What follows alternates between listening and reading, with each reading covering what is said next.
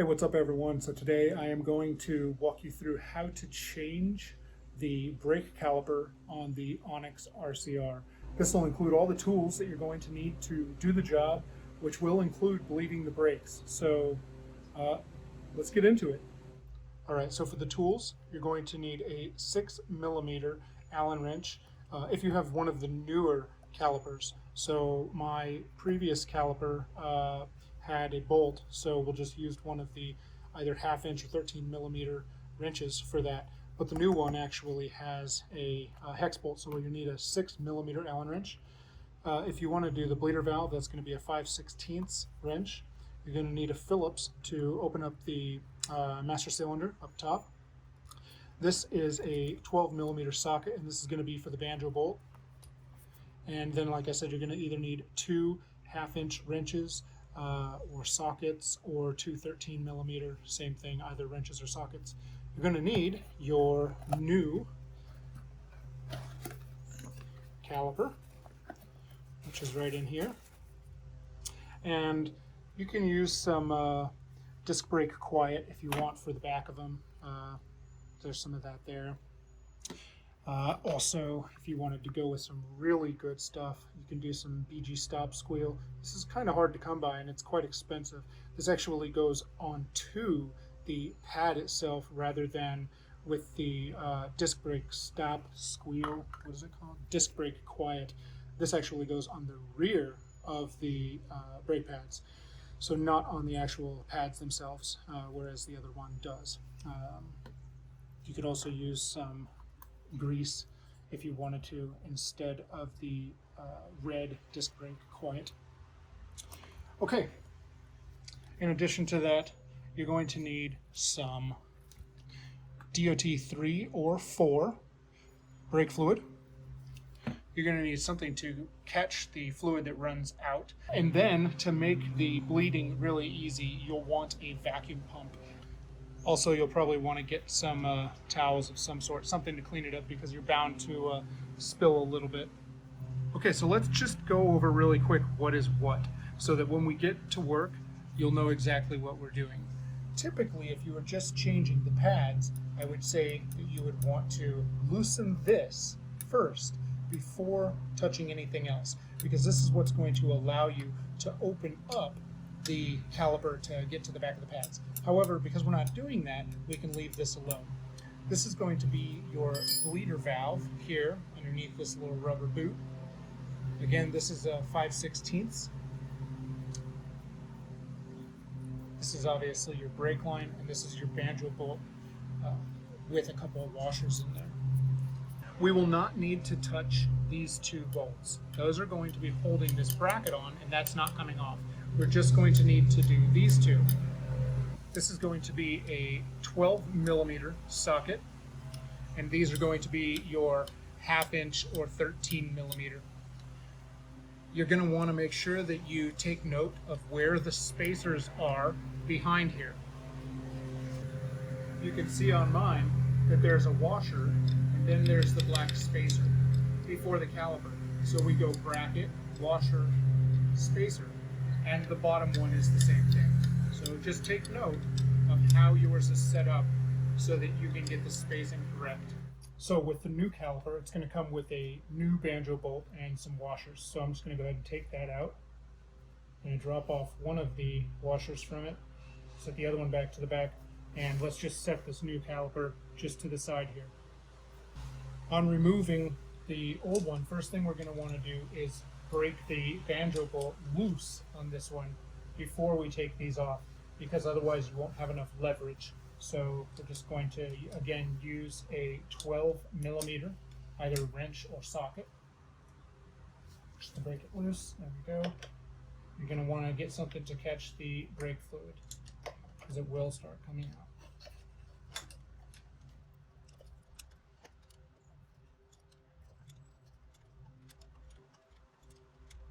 I'm just going to set this down now, get ready for it to come loose the rest of the way, and I'm just going to hold the cable because it's naturally going to want to spring downwards because of the angle it's got the bend in it. I'm just going to prevent that because otherwise it's going to fling brake fluid everywhere. Alright, should be it.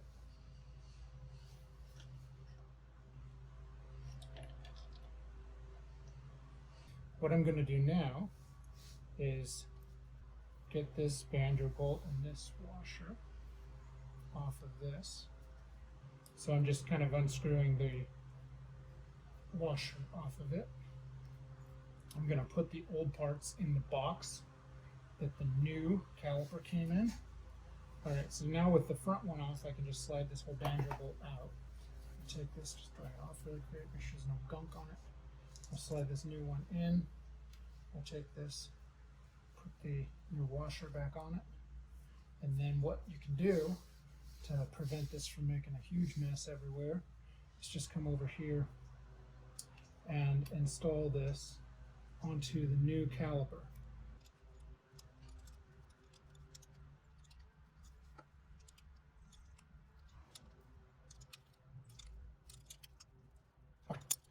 So now that's on there. Now we don't have to worry about it dripping anymore right now. So go ahead and set our cup out of the way. Now we need to get this old caliper off. So this is where you will need either your 13mm wrench or socket and or either your 13mm wrench or socket or 1/2 inch. And actually, I guess there is a little more brake fluid in the caliper itself. So let's put this here.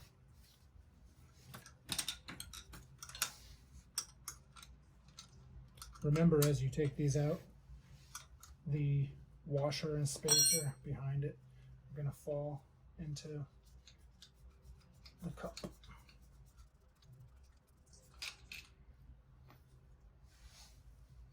Right there.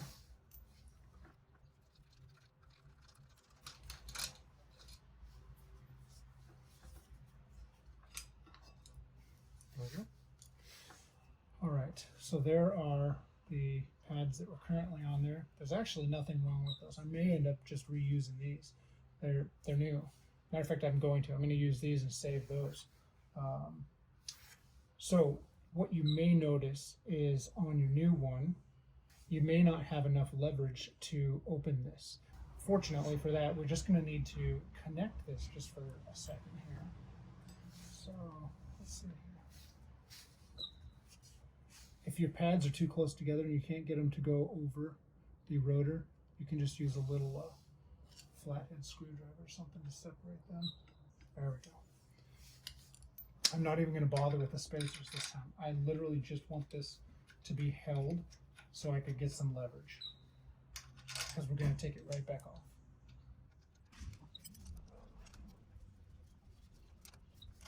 Alright, that hopefully will be enough. So now I'm just going to move this out of the way. And again, depending on yours, you may either have a, where are we at here? Right here, you may either have a 13mm or 1/2 inch bolt, or you may have the bolt that uses a 6mm Allen wrench, which happens to be what the new one uses. So I'm just trying to get this in here. See if this gives me enough leverage. There we go. That's all I need, just to break it loose. There. So now we can just remove these two bolts from the caliper. Slide it back off.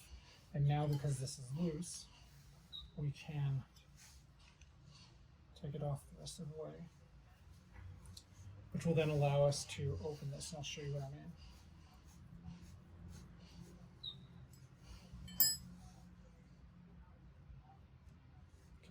Slide that out. It's got some grease on it, so it's fine.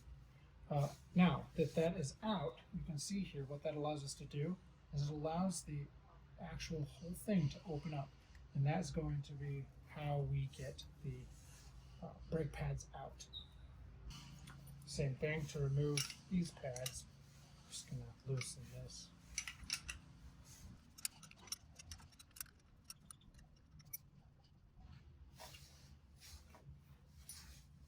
Now, that will, again, enable us to open this. Okay, to slide these in, so you're going to have to hold it in. Try not to pop it out, because the other side wants to come out. Then you're going to slide this side in. Okay, now with them in there, you can kind of hold them, pinch them together, if you will. And now you can slide this side kind of see if I can show you this. Take this gently, slide it back in there. Okay. Got it back up in place now. We're just going to take that new bolt that we have.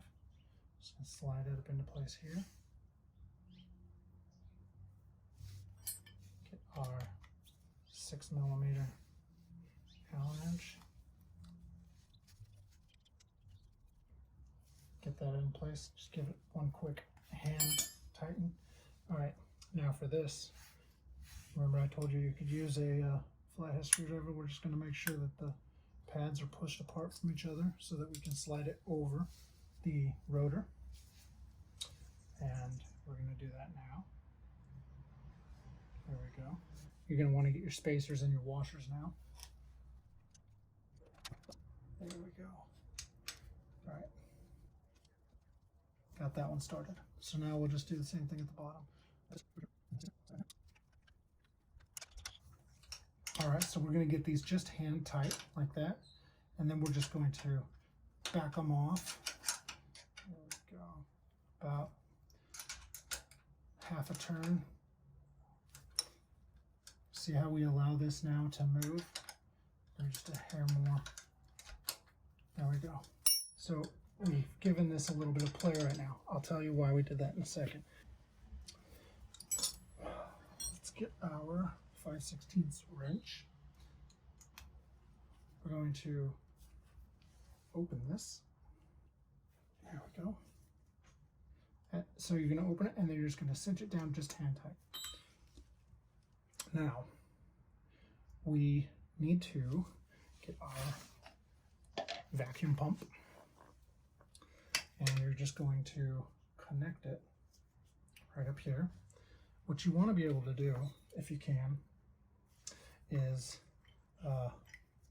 see, I must have done it too tight. There we go. Yeah, so what I've done is I can tighten this and close it with my hand or open it. So that's what we want. So we're going to put that there. And you would want to make sure that you can hold vacuum pressure, and you're going to have your reservoir here. If you don't know how to use a brake bleeder vacuum pump, there's a ton of videos on YouTube. Okay, now that this is here, we're going to go up to the top and we're going to open the master cylinder. Okay, from the top we need to remove these two Phillips screws. This is going to give us access inside of the master cylinder where we will be putting brake fluid. So we can just go ahead. They shouldn't be too tight. I mean, they should be tight, but not to the point where you have to hulk it open. There we go. Okay, so let's get these removed. Now, it would be a good idea at this point to get some rags or something and put them here. So before I go any further, I'm going to do that. If you wanted to, you could use your screwdriver to kind of tuck it back in there. Okay, so now with that done, you can just lift very gently. You can just lift the top off here. And we're just going to set that aside. And then you're going to take this cover off as well as the diaphragm. So we're just going to take these two pieces off. You can inspect those to make sure that they look good. I happen to know mine does already. And now you have the reservoir. So we're just going to set the cover, the diaphragm, and the actual outer cover aside. Now, for the actual bleeding process, we are going to apply vacuum to this by using the vacuum tool. Then we're going to open the bleeder valve and we're going to continuously keep vacuum pressure on it. We want to keep about, I'd say, 15 to 20 pounds of vacuum pressure-ish should be good on this. You just want to keep it flowing. What it's going to do is it's going to suck the brake fluid from the top here down into the reservoir. Now, it's extremely important that we do not allow this to run dry because it will introduce new air into the system and you will have just done nothing. So you're going to constantly need to be filling this. Now, what you can do is you can bleed, and when you notice that this starts to get a little low, just remember, cinch that down with your hand, just tighten it, and that'll stop it from coming out. Come back up top here, pour in a little more. Come back down here, open it up, bleed, bleed, bleed, bleed, bleed, until you have no more air in the line and it's just fluid. Okay, I'm gonna back this up a little bit and we're gonna do this right now.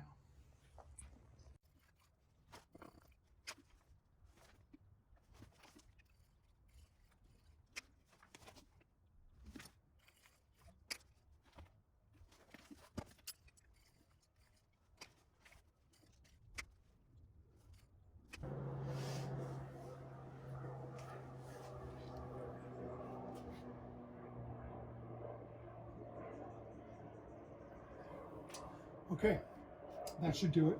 Now I'm going to come down here and I'm just going to cinch tight this bleeder valve, make sure it's not going to get loose. Pull off this. Set it there. Okay, with that done, now we can put the diaphragm back in. Make sure there's nothing on it. And then the cap. We should be able to test this, and we should be able to immediately build pressure. You can see over here on the side, you can see right there on the side that it is in fact full, the reservoir. Okay.